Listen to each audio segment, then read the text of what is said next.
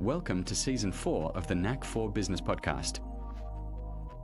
Question for the audience. What happens to your business if you face a security emergency and you're not prepared?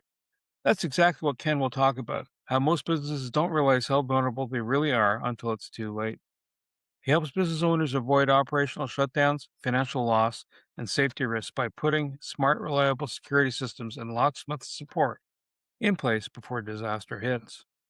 Our guest today is Ken Suitor from TruMax Security. He's the owner of TruMax Security and a hands-on entrepreneur with a unique blend of creative, technical, and business experience. He grew up in Sherbrooke, Quebec, inspired by his grandfather and grounded by hard work on a market garden and a dairy farm. Ken first pursued 2D and 3D animation and worked in Montreal until 2008 when the crash happened, and that reshaped his path. He then studied business management at McGill, moved to Kingston to become a store manager with The Source while launching his first company, and later relocated to Ottawa to work in the trades that he'd been training for. Today, Ken brings together his creative problem solving and operational leadership and real world experience to build smart, reliable security solutions that protect businesses and the people behind them. Ken, it's an absolute pleasure having you here today. Welcome. Do you have a favorite quote or saying, sir? Well, there is one that we use, which is pick us before they pick you, as in picking locks. So, going from a market garden and dairy farm, right, being in the agricultural industry, and then swinging all the way over to doing artwork to the source, the retailer, and then all the way over to working locksmith. What kind of drove you along that path? What made the career choice happen for you? Well, I was always interested in video games and art, so I did go that avenue with the 2D and 3D animation when I chose my path through school. Unfortunately, that didn't pan out, but that's what drove me to find something a little more stable in business management, which I had a background with my grandfather teaching me how to operate a business, deal with customers, and issues that arise through ordering and that type of environment. After which I decided after the crash that really something more stable like business management or becoming a manager would be a better role for myself. And then after I took some education on the topic, I was quite interested in leading people and growing employees. And then it just kind of went from there. I was lucky enough to kind of, I guess, decide that I wanted to take a trade on. I was always interested in working with my hands, probably from the agriculture background and being on the farm and the market garden with my father and grandfather. That's what kind of led me to wanting to grab one of the trades, and plumbing or electric was always full. So I was interested in locksmithing, I guess, really since the beginning, the intricate work that has to go into building them and keeping them maintained. And I mean, everyone really, you just put your hand in your pocket and everyone has a set of keys. So I always thought I'd be busy. Ken, I'm not going to speak my piece until you speak yours. Where are you on e-lockable doors? So with electric locks or key fobs, Yes. so the issue that we have with them as locksmiths is from a security standpoint, their lock part itself is easy to break into or pick. You can easily buy a pick set from any well-known source. With a little bit of training or a little bit of YouTube videos, you can figure out how to open one. Whereas if you had a high security lock in that electronic lock, then they're a huge deterrent. Uh, a high security lock just has more pins, more levels to it. It's a better product all around. But you have an electronic lock with a keypad, which is great. I mean, normally they're connected with your phone, so you have encryption through your phone, or they need to get through your Wi-Fi password to get at you. So there's extra levels, but the physical component of that lock, you can drill, you can pick. It's not as secure as you'd think. There was one firmware failure of an e-lock company, and you actually had to bring the door back to get it replaced. I don't know if that's true or apocryphal, but I always thought that was hilarious. They had to take the door off and send it to get a new door. I thought, I'm not doing that. Yeah. Yeah, there's issues to them for sure. So when you migrated into this business and to allow for scaling, we need staff. And so how did you map that process out? Do you like you go, listen, I'm going to have X number of clients and it's going to have a certain workload attached to it. And then how do you find the right staff? They have to be trustworthy. They have to get past the police background check, I'd imagine.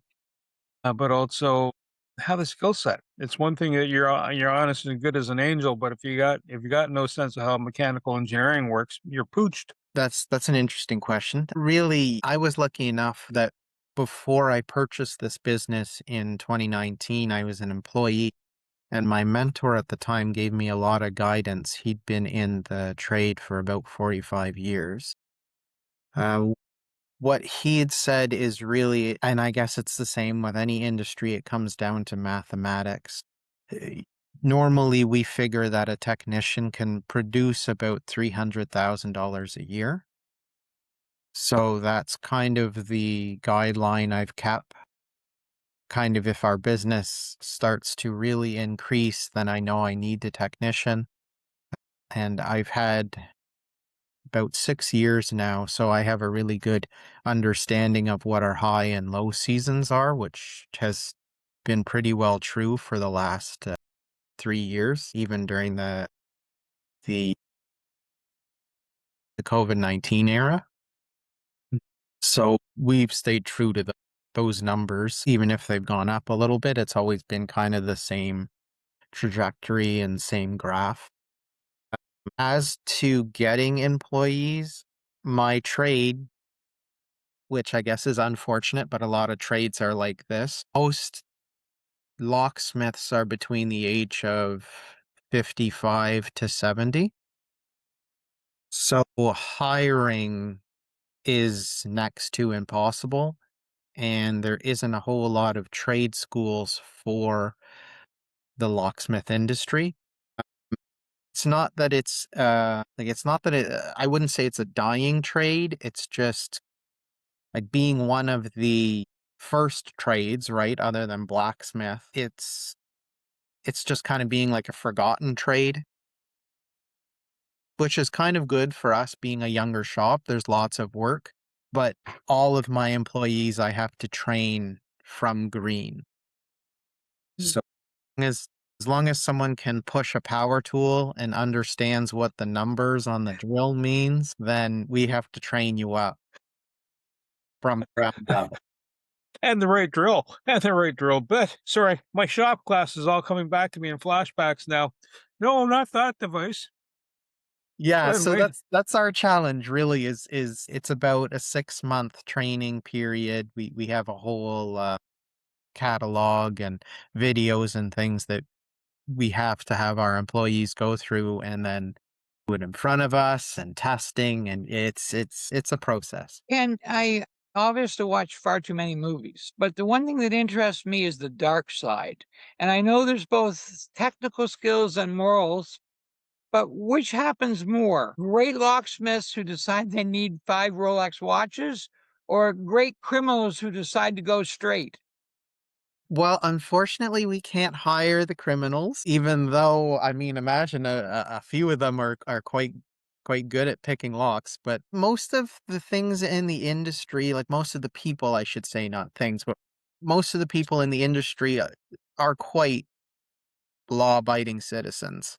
Like they know they have these skills. It's more of a joke that, especially when you get a bunch of locksmiths in the same room, it's all, if you go to a restaurant, we'll point out everything wrong with the doors.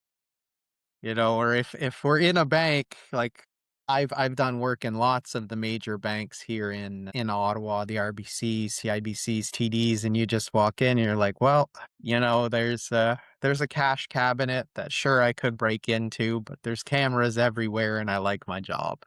It's not it's not like that you have a lot of people that learn these skills and do it. The other thing too, and I guess this is just with any trade, if you don't use the skills, you lose it. So if you're not picking locks all day long, you can easily go from being able to pick any lock in 2 minutes to less, to it taking you 5 to 10 minutes. And in Ottawa, the statistic is about 15 minutes. So if you can keep someone from breaking into your home within 15 minutes, someone's going to notice. What are the mistakes that you could help them avoid easily? What jumps out for you as security mistakes in business? A lot of the security mistakes that we see, we've had a slew of break-ins of just companies relying on their electronic security. So a lot of companies will say, oh, well, it's fine. I have an alarm, or yeah, I have motion detectors on the inside.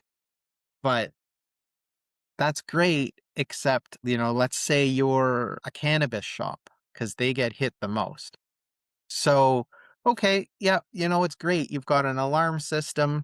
You even have a two-way door, right? Like they've got to go through like a checkpoint so you can approve them to get at your merchandise. That's great too. Except they've got 15 minutes.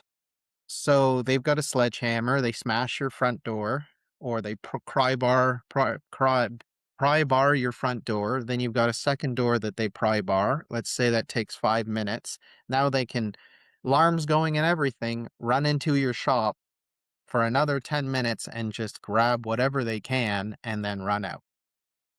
So, like, we try to promote, okay, well, let's have a full length astracal, which is a full length guard plate on the edge of your door so they can't get a crowbar into the edge of the door. Let's give you high security locks so they can't just drill out your lock. Like, there's lots of things you can do to physically deter people.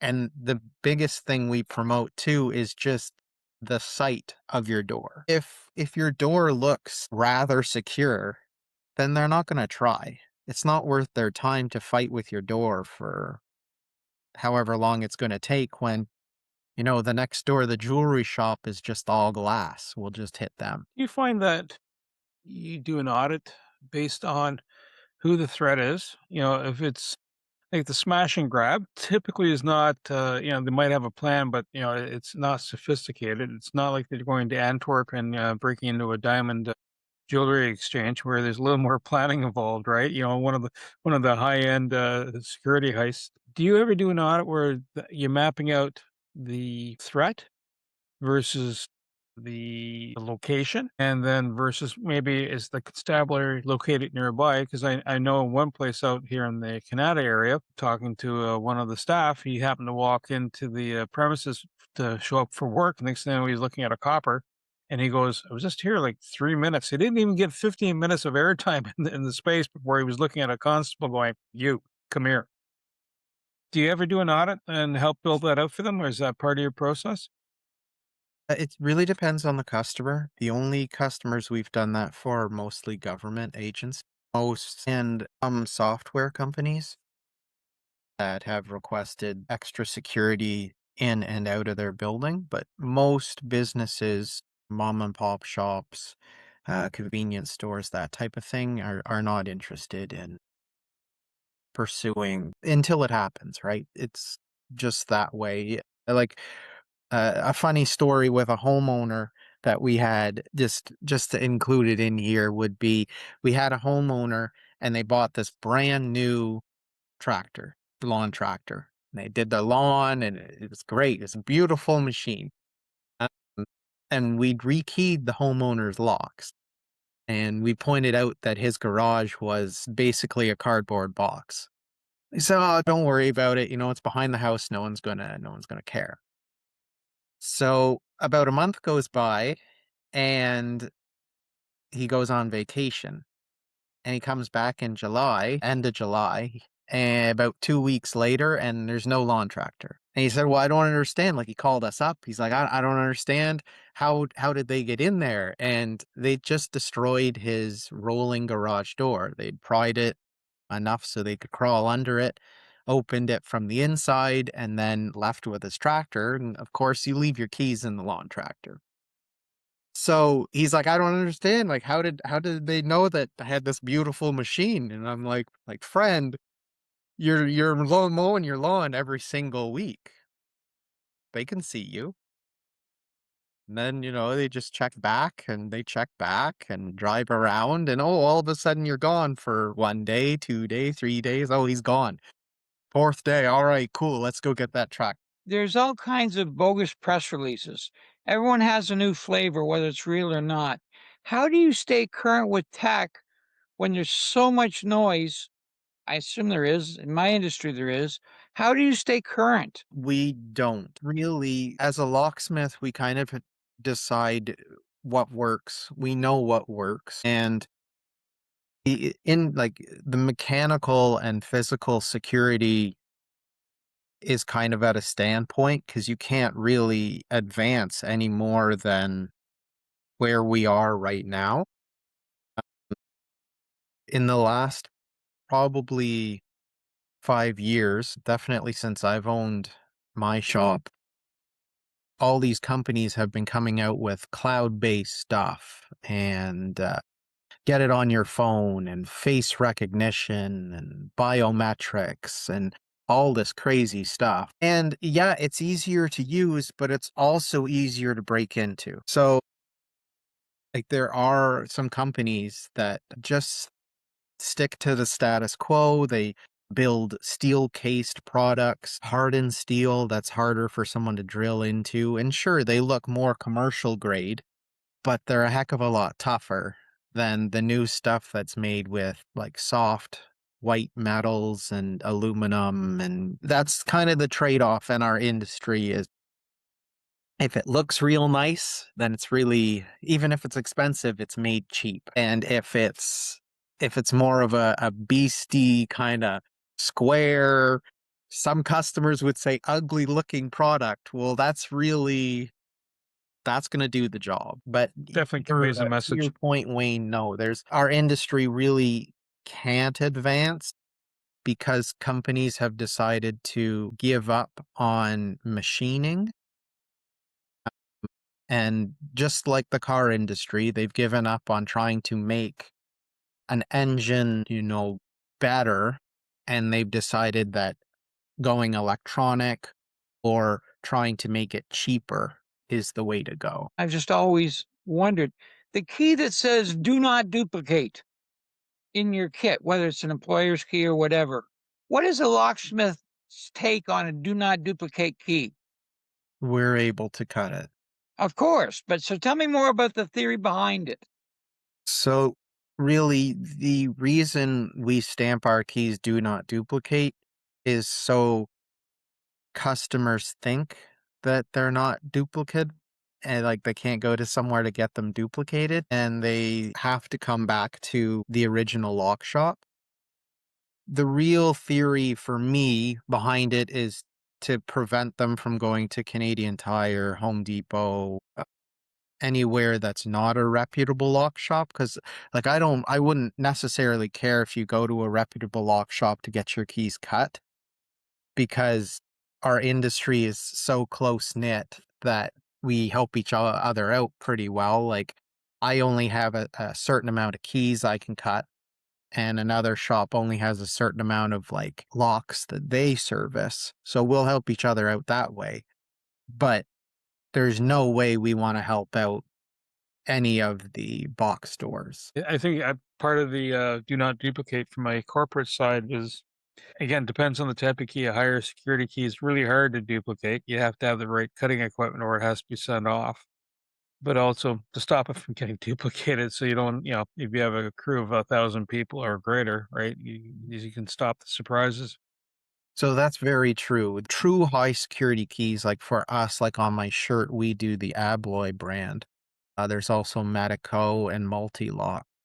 All of those brands, the the keys are specifically milled for the lock shop. So only that lock shop can cut that exact key blank.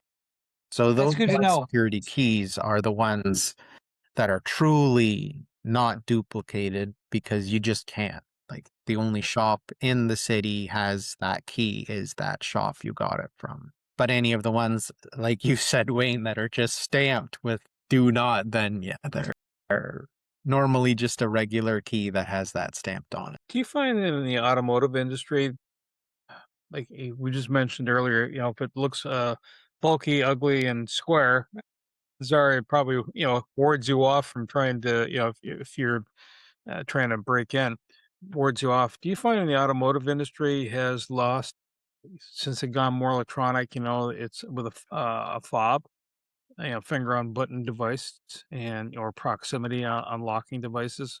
In the industry, it's also RFID. Do you find that they've gotten away from it, or are there ways to secure cars? And I guess the emphasis here is on, hey, my car is gone. Where'd it go? It's halfway around the globe. Do you find that there's things that they should be addressing, or is there things that you can do to help make the car harder to take away? So, no, a car is not secure. There's lots of things that people can do to get at your fob. The worst thing being somebody, and you see it all the time at hospitals or grocery stores or really anywhere where there's a whole bunch of a huge parking lot of cars and people are pushing the panic button or the chirp to try to find where their car is. Well, the reason that's the worst thing is you're just broadcasting your signal anywhere. And then someone can just like a credit card, grab that from the air and save it onto a little black box that they can then program onto another key fob that's similar for your vehicle. There's a whole bunch of things and the reason we had a whole lot of thefts of vehicles was really just signal boosters. So people would put their keys at their front door and that a thief would just have a signal booster that would push that keys boosting to the car door. But the terrible thing, and this is again for convenience, is all cars after 2018 always want to be unlocked. So They want to be unlocked. Yeah, all cars after 2018 want to be unlocked.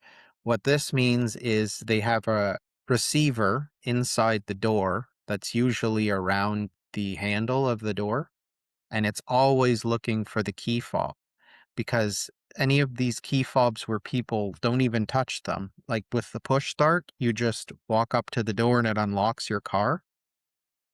While having those, your car door always wants to be unlocked and your ignition always wants to be turned on because when you push that button, it turns on, but it needs that signal. So your car is just designed this way for ease and convenience to always want to be unlocked and always want to be turned on. So when somebody has a booster, your car is already saying, yep, unlock. That's what I want. And when they boost the signal, your key fob is always saying, I want to unlock the car. And your car is always saying, I want to be unlocked. So once they're close enough together, that's what happens. See, I'm so ahead. I'm so high security. I drive a car not worthy of stealing. That's my breakthrough. That's the best way to do it. That's really And what any car before 2018. well, it's actually newer than that. But one thing I do want to know, because of where we are at this moment, hopefully by the time this airs, it won't even be relevant. But I am guessing that locks are made in various places of the world, and it may not always be in Ottawa or Kingston.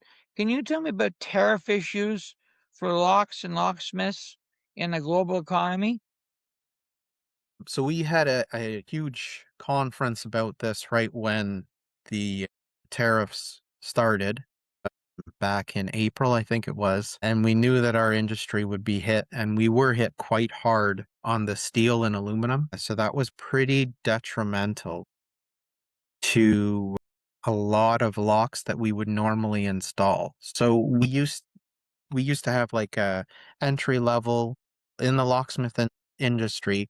We have grade 3, which is the lowest, grade 2 and grade 1. A lot of grade 1 products are coming out of, well, for Slage, it's coming out of America, out of their American plants. There's Von Duprin, which is created in Germany mostly, and a few other different companies have a grade 1, but it's normally made at their head office so that they can keep tabs on um, quality of the product.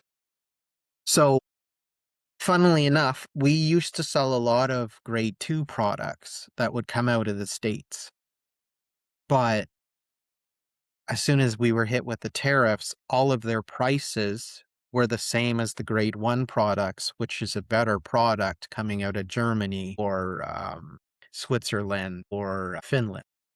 So, really, what we just started doing was, okay, well, we can give you a better product for the same price as what's coming out of the States. So let's just not promote the state stuff, because all of the other, like, German products or Finnish product or any of that is honestly a better quality, and it's going to last you 20 years. So it's a better product all around for the same price as what we're getting hit with the tariffs. And the nice thing was that all of our suppliers had the same mindset. So it was nice that in our whole industry, it was like, okay, well, if the Americans don't want to play, then we're just not going to sell their products. Sure, they're available, but we're just going to pitch the stuff that is honestly better and now basically a comparable price. We'll just start pushing those. And then anything that we were using that was, not grade 1, it was more of a mid-tier grade 2, we started getting from like Taiwan or China. And I mean, the quality sure wasn't the same as what we'd be getting from Germany or whatever, but the price was. So we weren't really hurt. It's just, it was a huge change to how we did business and the products we used. We have two things that are fighting ease, well, three ease, visibility, and security. They all fight. I love walking by a store with 40 feet of glass and this amazing lock on the door. Have you guys ever heard of a rock? But Yeah. one question I do have is, do you have to wear a different hat when you're thinking commercial and residential? Definitely. We even have to wear a different hat for the type of customers we're dealing with. Typically, our avatar or our bread and butter residential customer would be someone who is middle class. The reason for that is they seem to know what they have and they're willing to protect it. So they're willing to invest in a high security lock because they know that that will protect their kids. If they lock it up at night, nobody will be looking around their house. And if they decide to get a really nice lawn tractor, or they decide to invest in like a big barbecue because they like to barbecue, then they know that those locks will protect their backyard. We're finding a lot of well-to-do customers for residential side don't seem to care about security of their house. Really?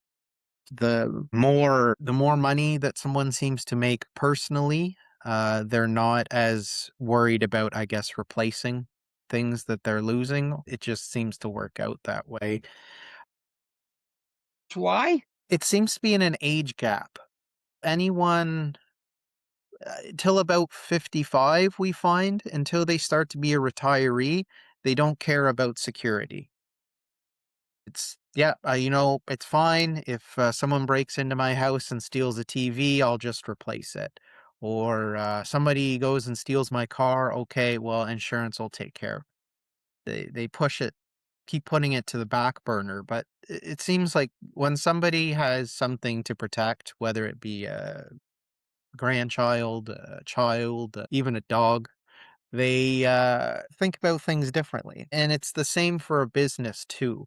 Like I said or alluded to earlier, most businesses wait until they're attacked to think about security. They think of that mindset that, well, we have cameras, we have an alarm system, it's connected to the police. It's all fine and good, but you still should have that barrier. It's the first deterrent. We've talked about like keyways and locks and cars and so forth, or commercial property, the entranceway, and that's perimeter security. There's also security within the structure. Are you also involved with safes and vaults? Yes. And so, who's when's it a good idea to have in a residential a vault? Is it asset protection from theft, or is it from destruction like flooding and fire? Usually we would say both. It's not so much theft, because most safes, especially if you get a good one, are about 200 to 300 pounds. So, like, even a team of two, that's pretty hard to lug through a house. But it is definitely, and people don't like to think about it, but we're, especially in Ottawa, with the Rideau River, we're in a prime location to be flooded. Putting, your birth certificates, or if you have an office in the basement, just all of your important files in that box, is your passports.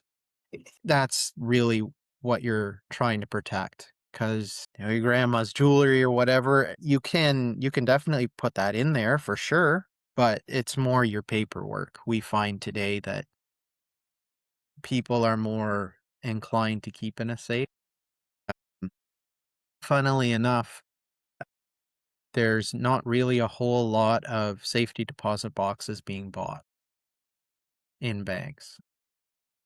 I don't know if it's just like my generation is not inheriting all of the old jewelry or whatever that past generations were, but most of the time when we have to open up a safe for someone, it's filled to the gills with paperwork. We live in a different time than I say our parents and our grandparents. I think a lot about who has the right to get in between landlords and tenants or mergers and acquisitions.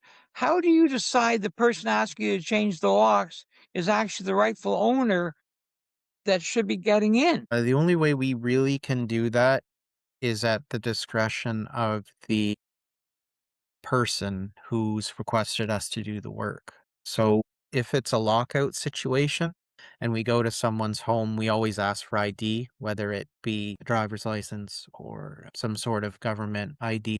And then we ask for, we double check the address. I mean, it has happened more than once where we'll get called from a wife or a husband that is upset that we opened the place for their divorced wife or husband. And we're like, well, the ID's matched. The address says that they're supposed to be there. So there's really nothing we can do if the address matches. Opening cars, there's only really been one instance where somebody couldn't prove that it was their car. We basically just threw the keys back in the car and locked the car and shut the door. So there Smart. are times when that happens.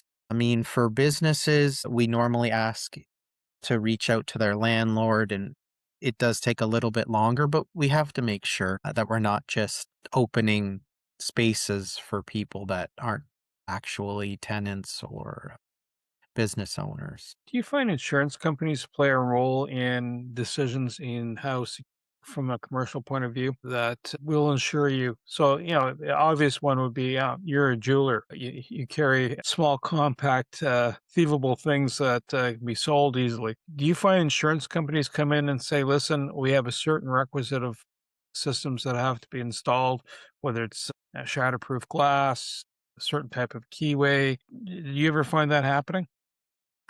Not not normally with the keys. They usually leave the customer up to whatever type of key.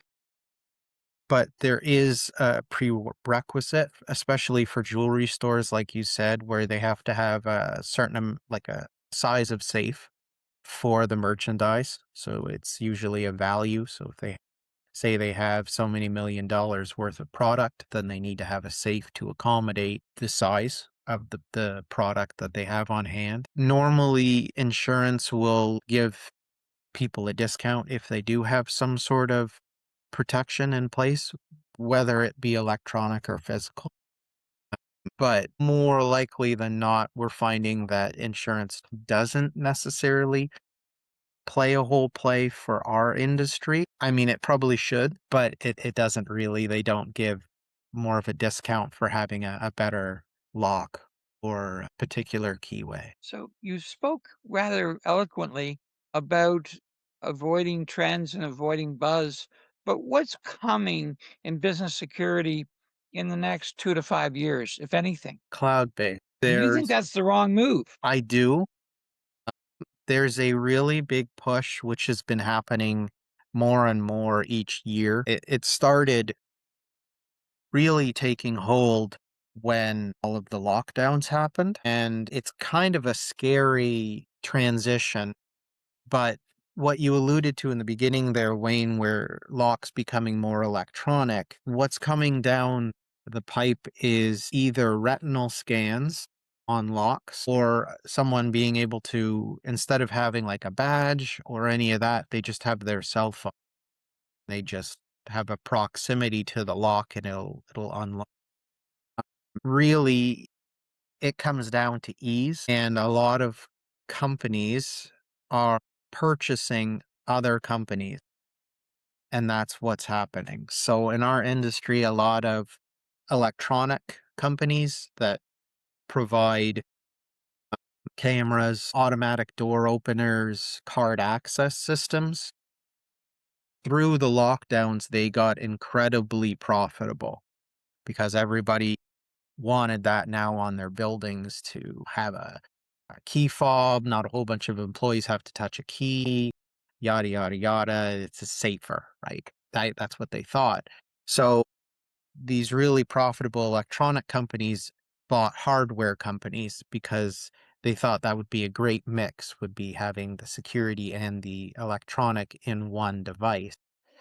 Um, the problem we're getting is because the electronic company owns the physical law, they're trying to jam more and more components into it, even to the fact where there's no longer a keyway, which just means there's no key. It's all just card access. And the problem with that is when you go to call a locksmith, we'll show up at your door and we'll kind of look at you and say, well, the only way to get in is to destroy the door because all you have on your door is a little card reader that's attached to a really strong lock.